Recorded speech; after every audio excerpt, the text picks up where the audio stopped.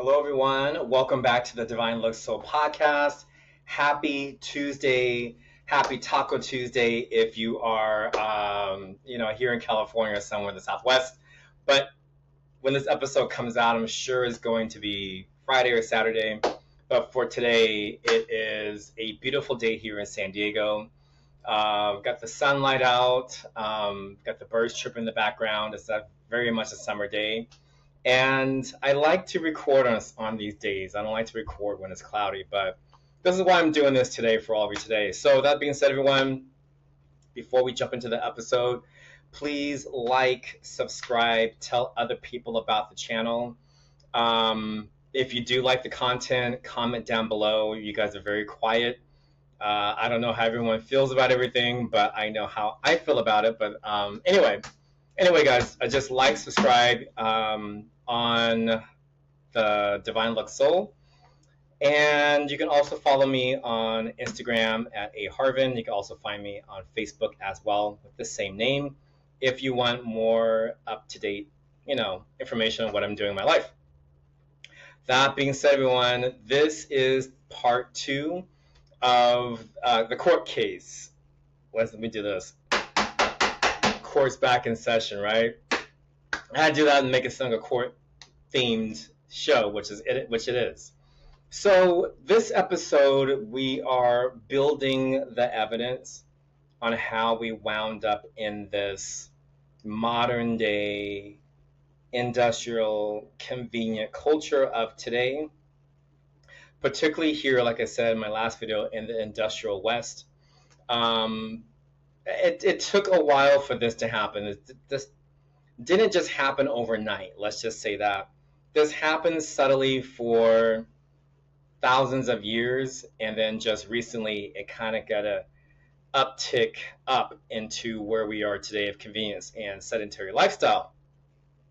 Without further ado, everyone, I wanted to say this is continuing Health is Wealth on the episode and on the series. This is part 2 of the series, and let's just do it.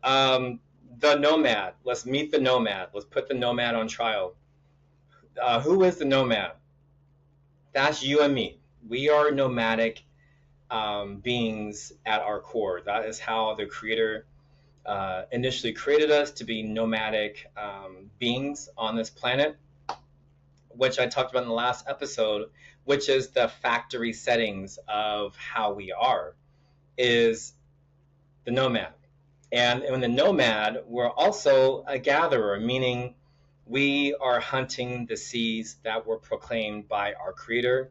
And like I said from my last episode, when we were talking about what God said, behold, I've given you all the seeds, plant or a bush, to give you as much nutrition as you need on this face of the earth. And this is where the gatherer in the nomadic tradition starts. We, again, hunted after plants because we remembered the word of God from back in the day, back in the inception of human beings. And we just didn't have the tools yet to start hunting for animal flesh. But when we started, we only had the capabilities to only go hunting for other nutritional seeds. And a nutritional seed I wanted to start with is fruits. A lot of our ancestors or nomadic ancestors ate fruit. What is a fruit? A fruit is a sweet and fleshy product of a tree or any other plant that contains a seed can be eaten as a food. And let's just define what I mean by a fruit. That means apricots, grapes, almonds, avocados, cucumbers, blueberries, nuts, legumes, meaning they come in a pod that's like a split pea, such as a pea, a bean, or a peanut. Melons, tropical fruits, and citrus. So again, guys, these are fruits that have come from God himself, and that's exactly what fruits are. And then let's get into the definition of a vegetable, which is any edible part of a plant, like a leaf, stem, or root. Flowers or fruit can be eaten as food. For example, the leaves. Think of lettuce, spinach, cilantro. That's also great too. Stems, you could think of asparagus or celery. Roots, we can think of carrots and beets. Tubers, we can think of potatoes. That's a great one. Flowers, we can think of broccoli, cauliflower, and then we have our bulbs, we have our onions. So throw it all together, guys. Between fruits and the veggies, our ancestors were living nomadic lives, meaning that they were covering very long distances on just a vegan diet. I'm going to say that one more time, guys, because that's a really big revelation to dispel what industry has taught us, that they're teaching us that we need a whole bunch of protein to move about our modern lives, which is not as far as our ancestors used to go. Our ancestors used to go hundreds of miles in a day, thousands of miles in a season. So, and that was just on a vegan diet. So also, I worked this into this episode to let you guys know that with seed nutrition, our bodies can do just fine, and it would be just fine without all that flesh. And then also, everyone, wanted to add into the episode as well. Not only were we just hunting seeds and gathering from there, we were also learning how to preserve the seeds. We were also learning how to which time of the year certain trees fruited, certain trees were blooming. We learned the seasonal patterns like the animals do on which valley had this particular plant, which mountaintop had this one, which grass land was growing barley and wheat and da. So we learned the rhythm of this planet just from our gathering nomadic roots. And also, everyone, a good nomad has intermittent fasting. Yeah, guys, we didn't always have the time, or we didn't always have the capabilities to have food like we have today in modern society, where you can walk out your door and there's a cafe or a restaurant hanging around. You can easily walk in there and purchase something with your credit card and walk out with food. Back in the day, guys, we didn't have that. You actually had to either store the food or eat it right away, which led to our ancestors intermittently fasting throughout their lifetimes, because they were dealing with scarcity and abundance. So it was never really a middle ground. But like I said, guys, through our own human ingenuity, we figured out how to start preserving dates. We started to figure out how to preserve oats and barley and use that at a different time as we traveled along these nomadic routes with our group or with our tribe. And then again, guys, even with intermittent fasting and seed hunting, we moved long migrational distances. Human beings were found all over this planet. And we had moving agile bodies. Our bodies moved all over the place. And this is on a vegan diet, guys. This is not on a protein diet yet. And the reason why Homo sapiens sapiens, that's our true human name for this dominant species on this planet right now. The reason why we were the most successful hominid is because our body was really smart about storing fat. Like I said, guys, when we are in those famine times, those really hard times, our body genetics was the best one to store fat. And more than likely it's in the belly for men, women too. But women find it more in their hips and their lower parts. Men find it in their upper parts. Women too, because they have, what's it called, their breasts, or they have, the capabilities to nurse their children. So fat is distributed differently in women, and men is normally in the belly. So with that being said, everyone, eating just a vegan diet, you can still start storing fat. And like I said, guys, the reason why we were successful out of all the hominids that were existing on this planet is because our genetic makeup was really good at storing fat. So when we were in those lean times, the body can go into the fat storage, like we talked about, go into that basement, go into that long-term storage, and then start pulling out that energy, and we can still function until we were able to get a hold of food or a hold of an abundance again. And that's how our Homo sapiens sapien race actually succeeded over the other hominids on this planet. And we started to learn how to make tools eventually. Let's just say that. So before I move on, I'm going to say this to you guys. This veganism lasted for a very long time, um, of hunting for seeds. It wasn't like it was a really fast overnight thing. This way of life lasted for a very long time in the Homo sapien race. Let's just say that, because we are one. I almost said one person. We are one in body, meaning that we all have the same genetics. I don't care what color we come out, because we're all the same color of this planet. Um, we all we are the same. It doesn't matter what it is, and our bodies function the same. We all store fat, and we use it in lean times. Now that lasted for 1,000 years, and then somewhere along those lines, humans, the sapiens, we started to think, okay, how can we start making tools to hunt the animals? Because we've been watching that the animals eat other flesh. Why can't we, right?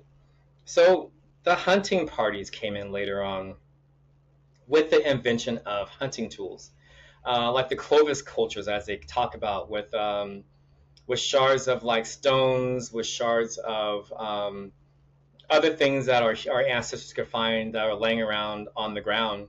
We started to flint them off, make them into sharp tools, and we could attach to a stick with a rope that we use that intertwine from like a vine, and then we could start hunting for fish. We could start hunting other smaller animals like birds. We could start hunting. Eventually, it morphed into hunting the bigger cats. And so, anyway, guys, with all that being said, our historical foundation started the omnivore diet, which is like I just mentioned. We have fish, wild game, exotic meats, which were available because if we're becoming a hunting culture, we now have to move with the herds. So if we find water buffalo, we have to move with them. If we want to start hunting deer, we have to move with them. If we wanted to start hunting, let's say, zebra, zebra, as they say, we have to start following their patterns to find them. So again, guys, we were still very nomadic. It wasn't like we were staying in one place, but the whole tribe, everyone moved with the cycle of the planet, which was not only the cycle of the plants, but also the cycle of the animals. And more than likely, animals eat vegetation. So guess what, guys? You follow the animals, you're going to find abundance. So again, guys, our ancestors were very smart in watching the patterns of the animals because they picked up on what they eat, and then they started hunting them as well. And we became omnivores. Now, I'm going to say this to everyone. Omnivorism is not bad, because I'm going to say I'm an omnivore because I do eat fish. I stopped eating chicken and everything else, but I still eat fish, but I do pair it with seed nutrition, which is being a vegetarian or a pescatarian, as they say that. I think I said that right. But yeah, I just made a personal choice after doing all this research. I'm just like, okay, how much can I get back into my factory settings as I can? And I want to say this for all the men out there, everyone. I'm not shirtless today, but in my previous episodes, I was, only to show all the men out there is that you can still function as a man. You can still have muscle. Mine has not gone down, and I started being a vegetarian omnivore, after my fast on January 4th. So with that being said, guys, hopefully this is proof that you don't need protein all the time to quote unquote be a man. We don't need all that meat all the time. Especially for my brown people out there who look like me, our genetics are just susceptible to fats and cholesterol and high blood pressure and diabetes. And I'm gonna say this to everyone: meats is probably the biggest factor in that, especially the processed heavier meats like pork and beef. And those are the main two culprits in our culture. Is heavy meat diet. So that being said, everyone, um, do the research on your own.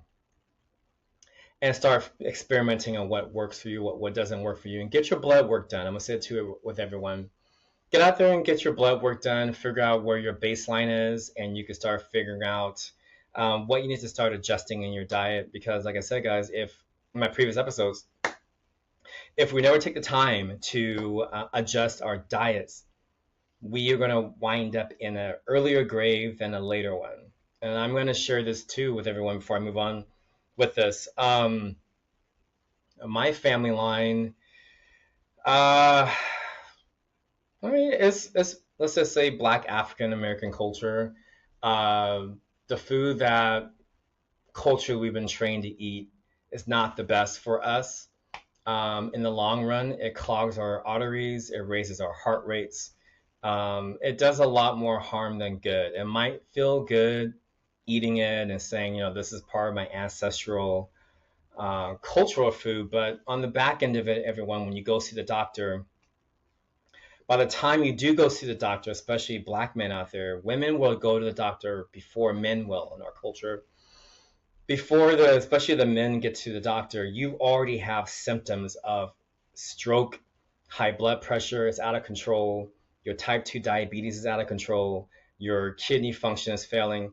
We are already in a dire straight situation. They put you on a whole bunch of medications to hope for the best. What I'm trying to do this episode is try to get everyone to understand, and this is for everyone, just not people who look like me. Everyone from vanilla down to dark chocolate.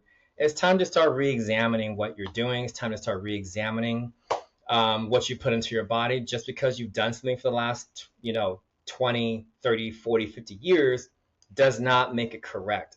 It's just been a learned behavior that has gone unchecked this whole entire time.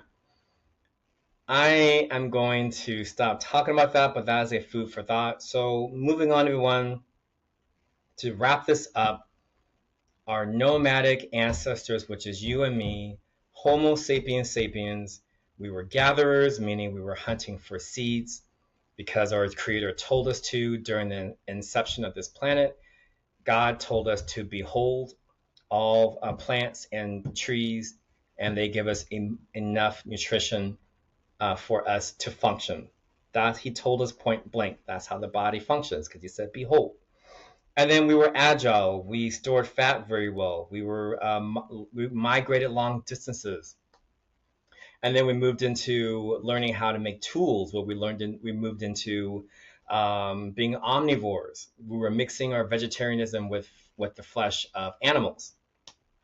And then we started to follow the patterns of the animals around this planet, which led us to eat, the animals, and then led us to learn what the animals were eating more of, and we try to, emulate what they're doing, and just follow everyone. That being said, so that closes everything out, guys, and I want to say this too.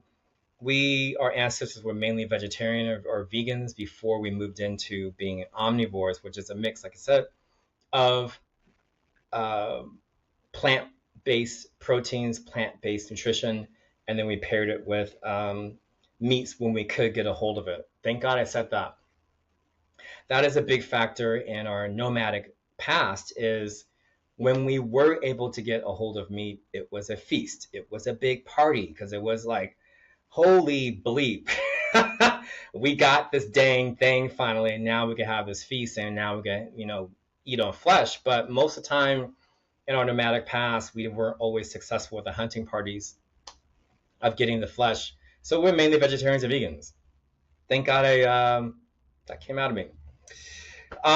Again, we were highly mobile, agile, meaning we moved around very well. Other hominids were very stuck in their mobilization patterns. Like I keep talking about, our bodies have a 360 moving joint in our shoulders, meaning it rotates. It's a ball and socket joint. That's what I'm trying to say. So it's a very mobile joint. We can hunt with it. We can throw with it. And then our hips, our ball and socket, the femur going into our pelvis. You can't see it now, but I'm rotating it.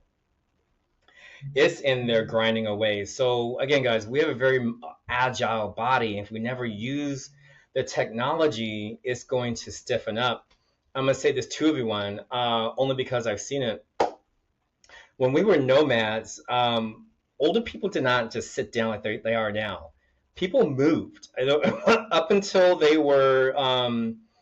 couldn't anymore, but people more than likely into their 80s and 90s, take this back, we lived up until 700 years, 900 years prior to the Great Flood. So people were living very long, robust lives.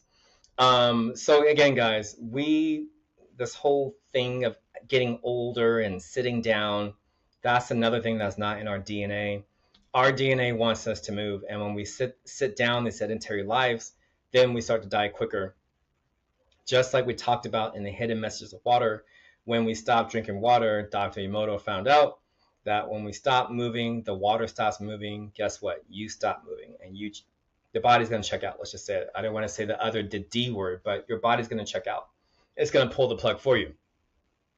That being said, everyone, we had sharp memories because of our big brains that we have, and our memories are like elephants, to where there was probably an elder in the tribe, and the elder always led everyone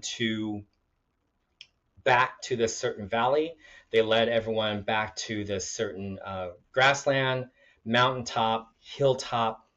Our older ancestors learned flood systems around the world, meaning places like Egypt, the Tigris and Euphrates in the Middle East, the Indus River Valley out there in Afghanistan, the Chinese rivers out that way. The elders knew where to take people at certain times of year to gather things. So again, guys, we all need each other in this role of being a nomad. I'm so glad I threw that in there because I almost forgot about it. So let's just say this. Let's just bridge. The next part of this is the inception of how we wound up in this enemy of the industry, industrial diets. And it started after the Great Flood. I'm going to say that to everyone. Why do I keep referencing the Great Flood? Is because humanity was rebooted after that Great Flood. There were survivors, but the survivors that did make it through, they still, like Noah and his family, and there were others. I'm going to say that to everyone. I think I talked about it before, but in the Christian Bible, or Bible, especially out west, Ethiopian one's a little different. It only says that Noah and his family survived. That's not true. There were many other people who survived the flood as well, and they came back.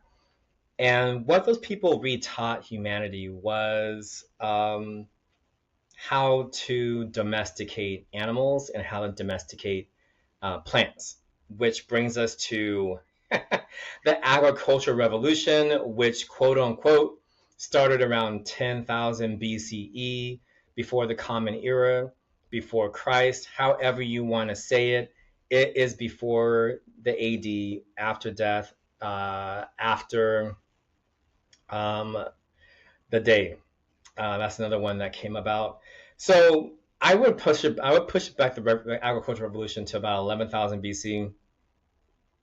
And why am I talking about the agricultural revolution? Is because it's really a game changer in the Homo sapien journey to industry. Only because, like I said before, and a few moments ago, we learned how to domesticate animals. And I want to say this to everyone.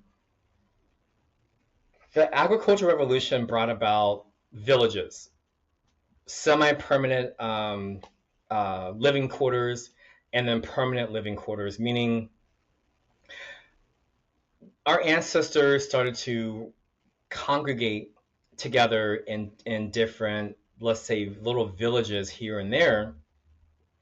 And when we start to establish villages, we start to establish domestication, meaning the plants that we used to take on long distances, we're just like, okay, how about we take the seed, how about we put it in the ground and see if it grows? And most of the time it grew, especially around rivers. Like I said, the Egyptian valleys, I'm going to say the Tiber up in Rome, or the Italic states. There were rivers in Greece. There were in Mesopotamia. There was a Tigris and Euphrates. We have the Indus River Valley, and then when India came around, we had the Ganges, and then moving out towards China, I think it was a Yangtze rivers systems. So our ancestors started to find fresh water to move around. I also forgot the Danube up in Germany, and then the Seine River in France, where the Franks were. So again, guys, we started to find different river valleys that we could have fresh running water and a steady supply of water for our plants. And then it was water for the cattle that we were raising. So with that being said, everyone, we started, again, settling in villages. And when we started becoming successful with the villages, we no longer moved away seasonally anymore. We didn't just move away from the river valley because it flooded and we went somewhere else. We started to have permanent residences. We started to have permanent cities. We started seeing cities like pop up, let's say Mesopotamia, and a few other cities out there started popping up. Small little outcrops, wasn't anything big. And then also with the agricultural revolution, we started learning how to divert the river water, meaning that the tools that we did have in humanity, we started learning how to go by the river's edge, flatten it out if we needed flattening, and then we started to create channels painstakingly to the field so we can start having fresh water supplies. We started storing water as well, and we started to just make little crisscross canals that dotted the landscape. And again, we started to create this society, let's just say that, where we had a supply of fruits. Someone planted lemon trees, orange trees, pomegranate trees. That was a big thing in the Middle East. Any fruit you can think of, we were planting them in large sums. We were also planting peppers and wheat and barley, grapes for wine. Our ancestors were very smart in doing this, and they started to learn how to train these plants so they can have the most production as possible. And then again, we started to create this society. It was through trial and error, but even with animals, we started to learn if they did have them. Cows were good domesticated animals. We learned that pigs were good domesticated animals. We learned that sheep were good domesticated animals. We started to goats were a little more nomadic.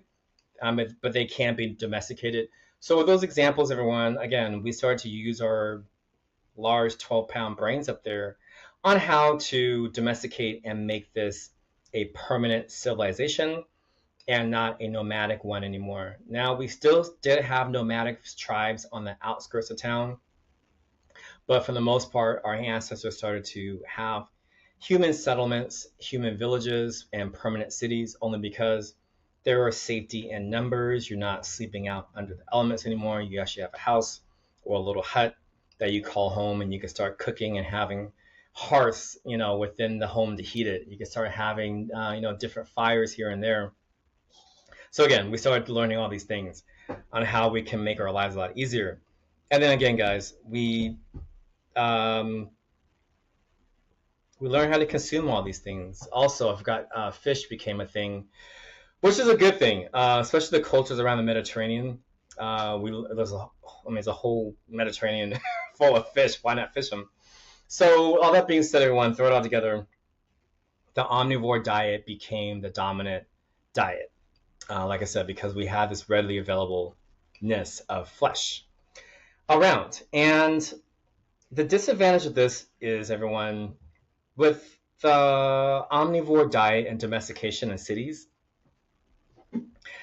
it started this more immobile life, meaning we were sitting around a little bit more, not too much. Some people still work the fields. And then we started to have this disparity of women and men in society, where the women stayed at home and the men went out to do all the work. Not always. Women did still go out, but less. I would say I'm gonna leave that for later on. I think beginning of this system, women were still out there hunting and gathering and being out there in the fields. I think when we start establishing cities and hierarchies, did society start moving them more into the home, which is a big despair for women because women are very smart, very productive people. It's just not the men out here. But that's a side note. I'm getting off track. So anyway, guys,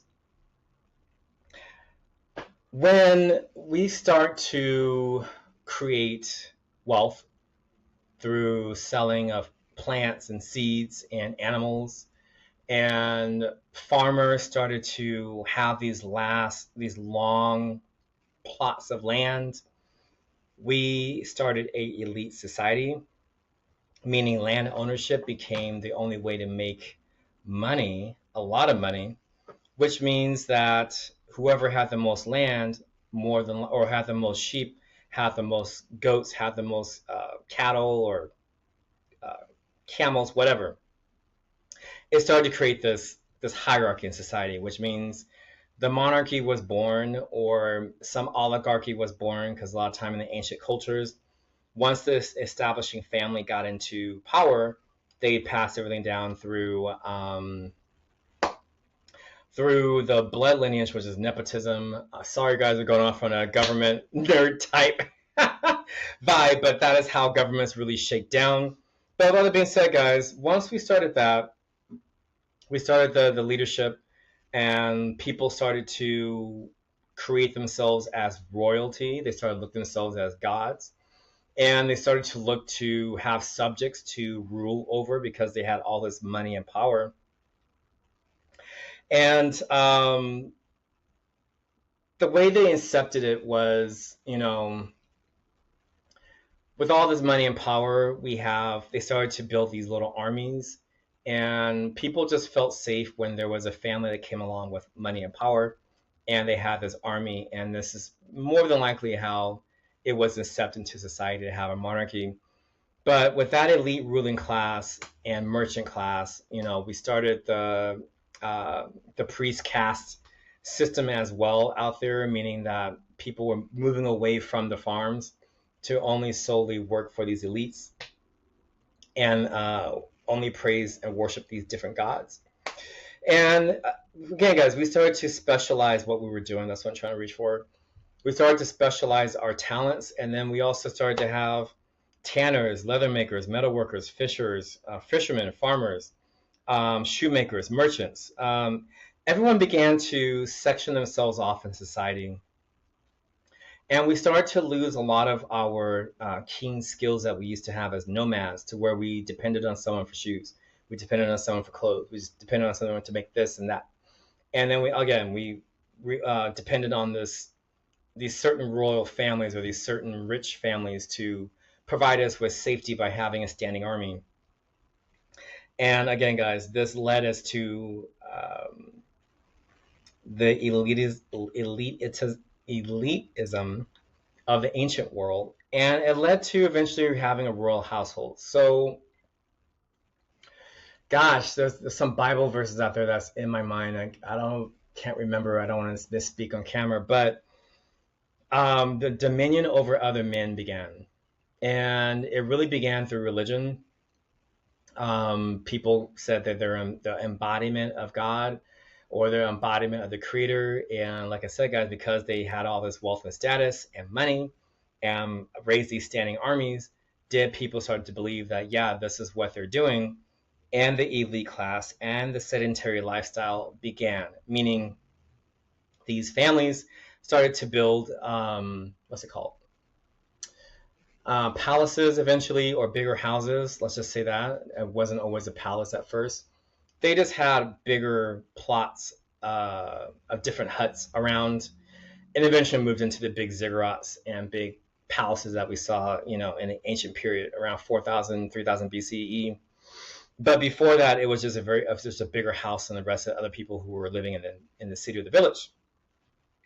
And why do I bring this up so much? Is because with the ruling class sitting around, they are not really working, right, guys? They have put themselves above everybody else. They have said, we have the money, we got the army. You guys have to submit to what we want. If you want our protection, this is how it goes down. And if everyone else is working for you, everyone's your subject, you're going to more than likely um, rely on other people to do things for you. What does that mean? The sedentary lifestyle starts. So, in my opinion, guys, in my research with the ancient period, in my opinion, this is how the sedentary lifestyle began, is with the royals. You guys you gotta think about royalty as our present day celebrities like actors and models, etc., politicians, etc., etc., etc. In the ancient world and up until the pre-modern era, the royal families were very much the same way. People looked up to them. What were they eating? What were they wearing? What were they doing all day? And people wanted to emulate what the royalty was doing. And what the royalty was doing was they were changing their diets to, and I'm calling this the royalty / rich man's diet, began to take place, meaning that they started to eat more a carnivorous diet. They weren't eating all the grass and barley. If they did get grass and barley, it came from a beer. If they did get some grapes, it came from a wine. I mean, they did eat grapes too, but more than likely it was in the form of wine. They didn't really drink a whole bunch of water. And it was heavy on meats, it was heavy on breads, it was heavy on starches, and it was minimal ancestral food. That's what I wanted to say with this introductory of a monarchy or a ruling class, is they started the sedentary, all meat-based carnivorous diet. And the kitchens began also making cakes and sweet breads and other treats that were infused with butters and creams, like dates and cheeses, or dates and some really sweet cream, which was a good ancient sweet treat, or honey.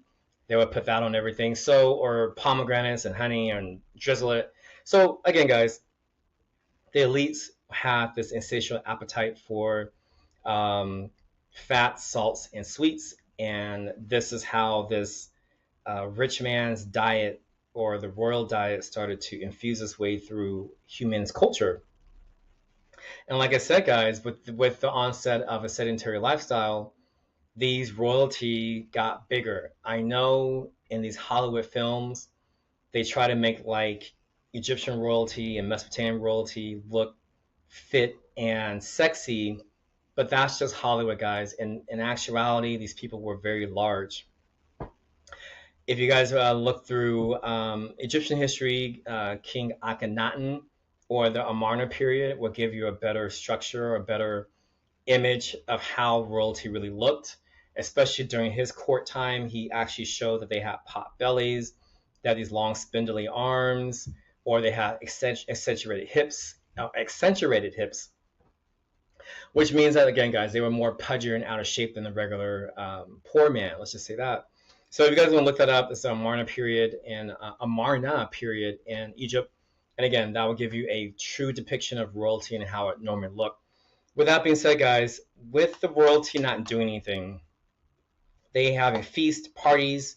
They have all this food accessible to them, literally 24/7, with maybe lifting a finger or not lifting a finger. People just make a snap and someone's coming over to serve them. So again, guys, they wanted things easily available to them all the time. But I'm gonna say this too, guys, and this is nothing new. I think King Solomon said that in one of his Bible verses. There's nothing new under the sun happening in humanity, and I'm gonna tell you guys why I'm saying that now.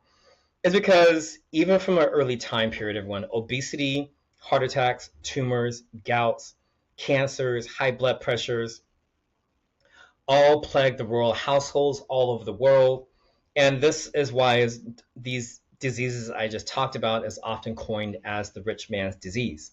Sounds familiar, doesn't it, guys? Yeah, once again, guys, this only affected royal households at one point in human history, but with the onset of industry, they made it so cheap and so readily available and so heavily subsidized by different governments that everybody can have this rich man's lifestyle, which means everybody has these certain ailments. I'm here to say this to everyone. When you stop eating all that stuff, the elements start diminishing and you can get back to your nomadic roots. Not to say our nomadic ancestors didn't have elements, because the body does wear out, but everything I just talked about, guys, started after the agricultural revolution, because again, we were copying and trying to be like the royalty, especially when, let's say, um, the common man had a party or a feast. We tried to emulate what the royalty was doing. We had beers and wines and cakes and ales and all kinds of exotic meats that we were caught from the day. And it's just all this stuff just became part of human history. And I'm saying this too, guys, when you have a taste of the good life, you want to try to emulate it all the time. And herein lies the problem, especially here in America, that Americans are having, is when you do get the money or the means to buy these items and you finally have it, you're just like, oh, I want to have this every freaking day. Well, guys, when you have something that readily available, yes, your body is going to tolerate it for a while. And like I said in my last video, everyone, when you do get older and the body starts clipping along in years, it has just been tolerating French fries, cheese, meat, pork, cheeses, fats, butters. It's been tolerating it. And we can tolerate, I'm going to say this to everyone, especially for the teenagers and 20-somethings out there. Our bodies do tolerate it only because we are young. Our cells clip over a little faster when we were that young. Now, when you start hitting your 30s, the body starts to slow down a little bit. And the reason why I infuse toleration into this is because the body tolerates it when we're young, but it's working overtime. I'm going to say that to you guys. When you're eating all this stuff back to back, a carnivorous diet, your body tolerates it, but it's not working in its optimal performance. It's just tolerating it and hoping that you were going to stop eating it by giving you signs of irritable bowels and bad breath, or you have heartburn. Some kids do have that. Or you have acne. I forgot about that. That's another form of that your body's tolerating something.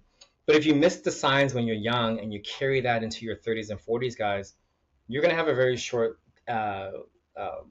long-term life, or you're going to have a very hard sedimentary life where you're on 1,000 medications just to keep your body alive. So what this episode is trying to do, guys, is throw it all together.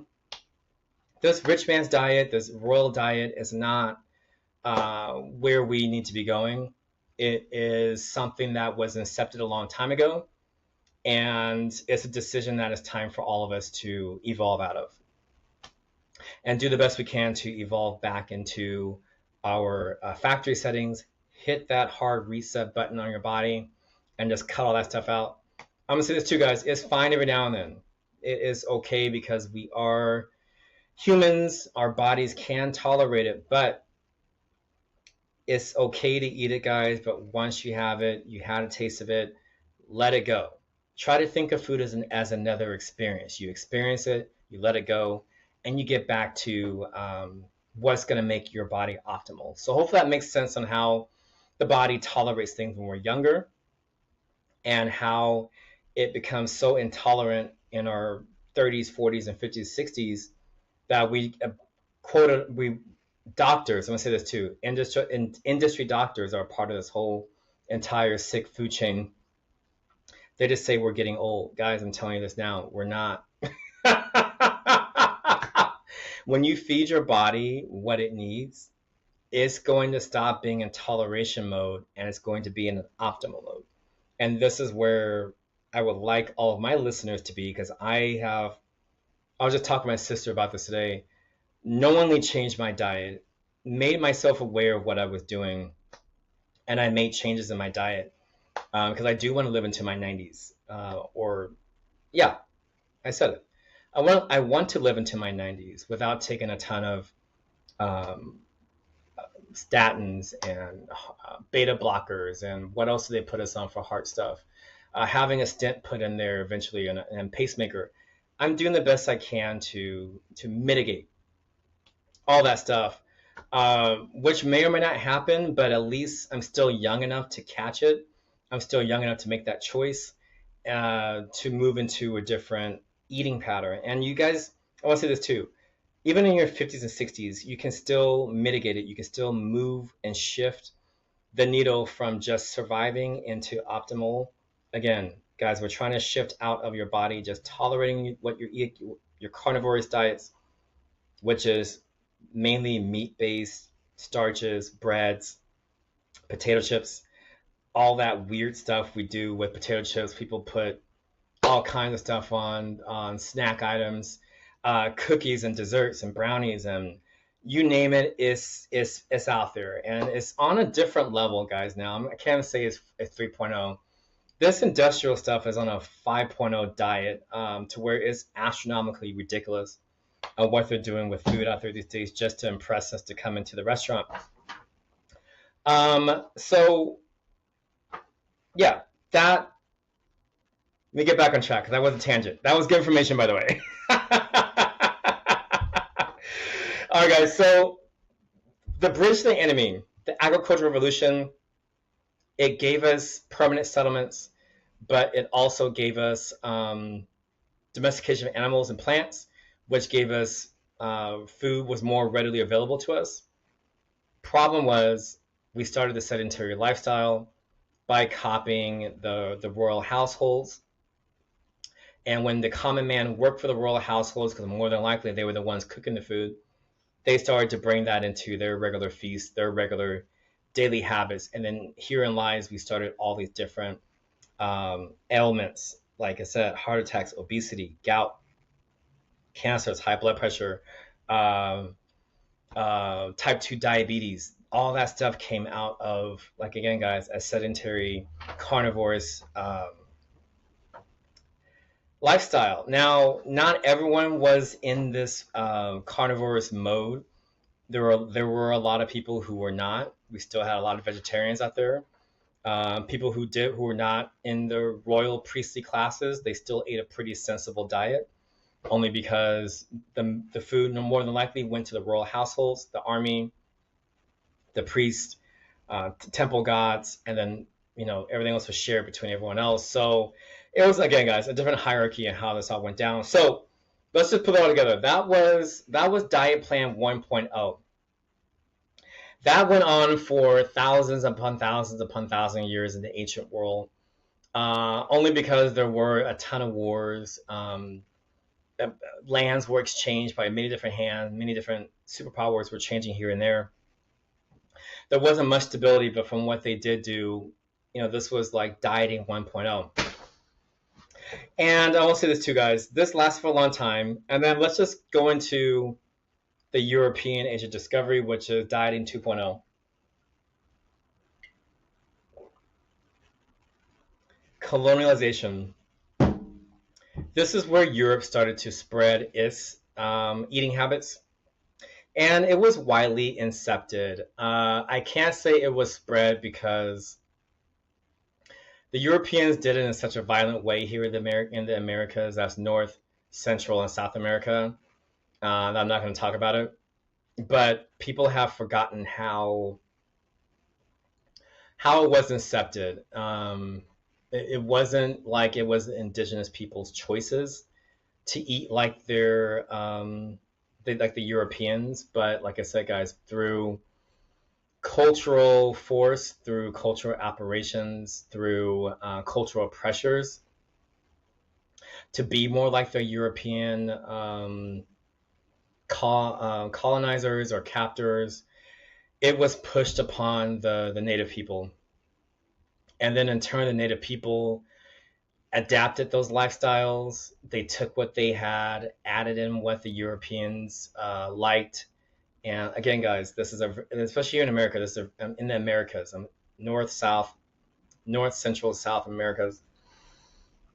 The natives want to be like their Europeans, meaning they look up to people from, and it still happens to this day, they still look up to people from United Kingdom, from France, from Spain, from Portugal, from Germany, the Netherlands. What's another popular one? The Italians kind of did colonization, but they kind of stayed in the Italic states. They did some, but it wasn't like the other European states did. Um, yeah, Prussia, I forgot about them. Belgium. They spread out in their boats and they called it the Age of Discovery. But as we all know, everyone else knew about this planet existing besides them. They still thought up until the 1400s that the Earth was flat until one of them went off course and found out that there was more to it. But anyway,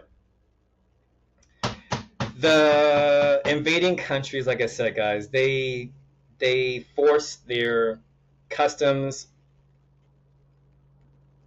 culture, and society were spread to the indigenous people,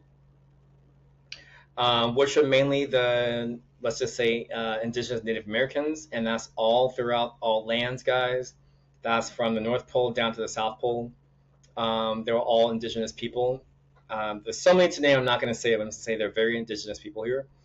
Before the Europeans showed up, the European concept of diet became dominant. Like I said, guys, they pushed it onto the people to assimilate into them, and they even did it through marrying. So a lot of those families that were over here started to intermarry. There was also some forcing there as well. I'm not going to say the word, but there was some forcing there and how people started to be like their captors. And these European concepts of food was like dairy cheeses, dairy butters, because they were used to it back in Europe, dairy fats, margarine, all that stuff was a part of the European culture. It really wasn't a big thing here in the indigenous populations. Breads, you guys know, especially in Germany and France, there's a lot of grain out there. They had a ton of it. It was cheap. Not everyone in Europe had the means to get a hold of meat like the royal households did, but it was a very cheap and easily made thing. And then pastries or sweets were also pushed out from the European cultures. And, people would consume them because, again, they were trying to be and assimilate into the world, into the European lifestyle. Because, again, they looked up to them. They felt that for whatever reason it was, and it still happened to this day. People go to Europe, and I'll go at it. I'm just like, you have to understand the history and how those grand avenues came about. But that's for a different subject. I'm not going to talk about this in this subject. This is about food out. Again, guys, through marriages, through other means, did the indigenous culture start to look up to these Europeans, start to accept the new diets. They started to accept the new way of life. And they also wanted to look more European as well. They wanted to behave more European. So, and this still happens in a lot of the Americas, especially in Latin America. You'll have all these European looking like newscasters, models, actors on TV with these green, blue eyes and light skin. But then when you walk out into the regular cities, you see people looking like me or another brown color. I'm just like, something's not right here. How are we still in this colonial mindset to where we're still looking at people? We're going to talk about that this year. I really want to dive into that. So that is the European Age of Discovery and how we in America started to adapt their food by putting cheese on everything, by baking things twice, having pork, having a more carnivore diet, meaning a more meat-based diet, raising cattle, riding horses that actually came out of our ancestors, ranches, all that stuff came out of, let's just say, the colonial period. Like I said, which wasn't the best thing, but again, the generations after that period lost the knowledge of where it came from. And I'm here to remind everyone of where it came from, how it came about. And it's time for a lot of us, especially in the Americas, to unlearn the colonial mindset, because we're still in 2026 functioning under colonial mindset. Yeah, that spans from Canada down to Argentina and Chile. Again, guys, it's time for us, especially in the Americas, to unlearn all that stuff, and relearn our ancestral diets. And that's all throughout the Americas. It's time for all of us, including Black and African American people. It's time for us to unlearn our colonial English captors as well. Irish too. I forgot about them, but they didn't really. The Irish really didn't. What's it called? Set out. They just moved. They just moved in droves. So that was later on in the 1800s or the 1830s when the potato blight hit the Irish islands, and they had no choice but to come to the Americas. But that's a different story for a different time. And I think I'm just gonna leave it right there. I have some more to say, but I think it's better to say it together. So, what did I start this episode with, guys? Because we're at 55 minutes. We met the Nomad, which is you and me. I'm looking at you, you're looking at me. Look at yourself. This is a nomadic body. Meaning we are the living proof of our nomadic ancestors through time. If you guys look at it, like I said, our human genetics have not changed in a very long time, and it's not going to. Not unless we get a full upgrade from the creator, but for right now, the Homo sapiens sapien body has not changed a lot. I don't care how much we intermix together, we're still going to come out the same, but different shades. That being said, we met the nomad ancestor, that's you and me. We started as gatherers, meaning we were hunting for any plant or tree with a seed that we can find. And we also were intermittently fasting, and with the veganism and vegetarianism, we moved vast distances on the face of this planet, and we were vegans. We repopulated the earth. We were very fruitful as God wanted us to be. And again, guys, we did this on a vegetarian and vegan diet. And again, we migrated very large distances because of our agile bodies. Our shoulder joints and hip joints are very 360. It moves in all directions. Or a ball and joint socket, so we were highly mobile. And then we learned how to store fat, our bodies, that can take us into times where we didn't have food, and we could move long distances and still move in times of famine, and we had enough fat storage to do that. That's how we became successful. Then over time, we learned how to shape different rocks by flicking off different flakes. We learned how to create tools, how to go hunting, and then we became omnivores. Through fish, large game, and small game. We learned how to do all of that. And then we moved into, like I said, that was food 1.0 for centuries. And then, like I said, moving into the European age of discovery, which was around 1400s, 1500s. We started moving into more of a dairy-based diet, and or more European style. Was infused upon the indigenous cultures that they found and eventually conquered. And again, the generations after that conquering forgot all about how they were incepted into these newer food standards, started to assimilate into European standards to look more like them, which means they would start to intermarry. They started to cross mingle the indigenous lines and the European lines. And I'm also going to say this too, especially here in America, like with my ancestors, we did come with a lot of the knowledge on how to make the foods and grow the foods. But like I said, because these people that, let's just say, we were captured by, liked a certain food, we started to be creative, and we created the whole entire American diet out of necessity. Did not mean to put a laugh behind that, guys, but that is the real truth of how all this went down. And even in the Latin American countries, the islands, same way. they did the best they could with what they had, and they created their whole entire cuisines and cultures out of that. But that being said, guys, yes, some of that stuff is good, but a lot of it is not good for us. It's not healthy for us.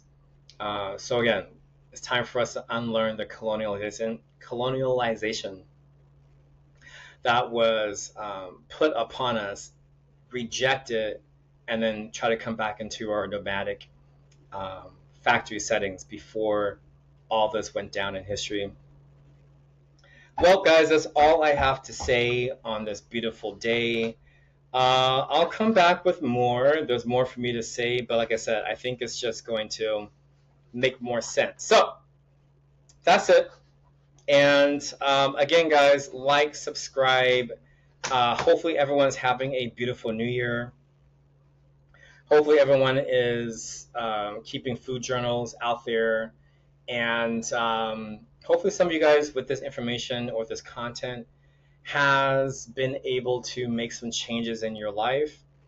If you haven't done so, or you're just learning about this content today, go rewatch the previous 2 episodes, and this will make more sense today on how we are building the evidence to this industrial life, this industrial body that majority of people have these days, especially, like I said, in the Western, quote unquote, industrialized countries, which created a really big problem health-wise in a lot of countries in the, let's say, industrialized worlds.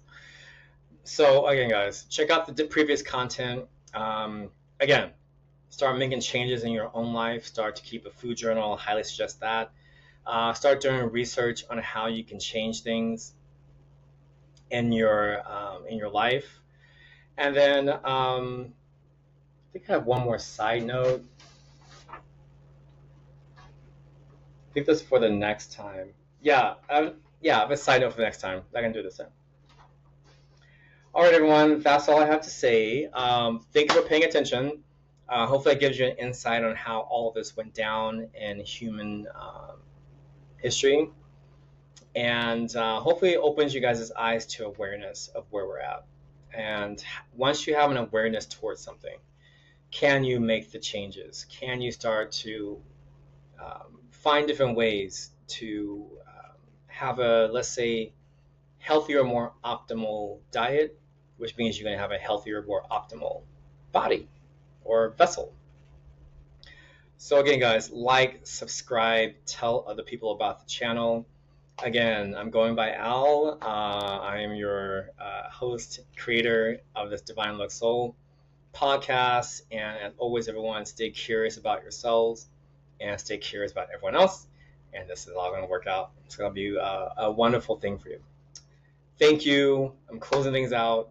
Have a great weekend, everyone, if I don't see you again. And keep tuning in to the Divine Look Soul podcast. Have a wonderful week and a weekend.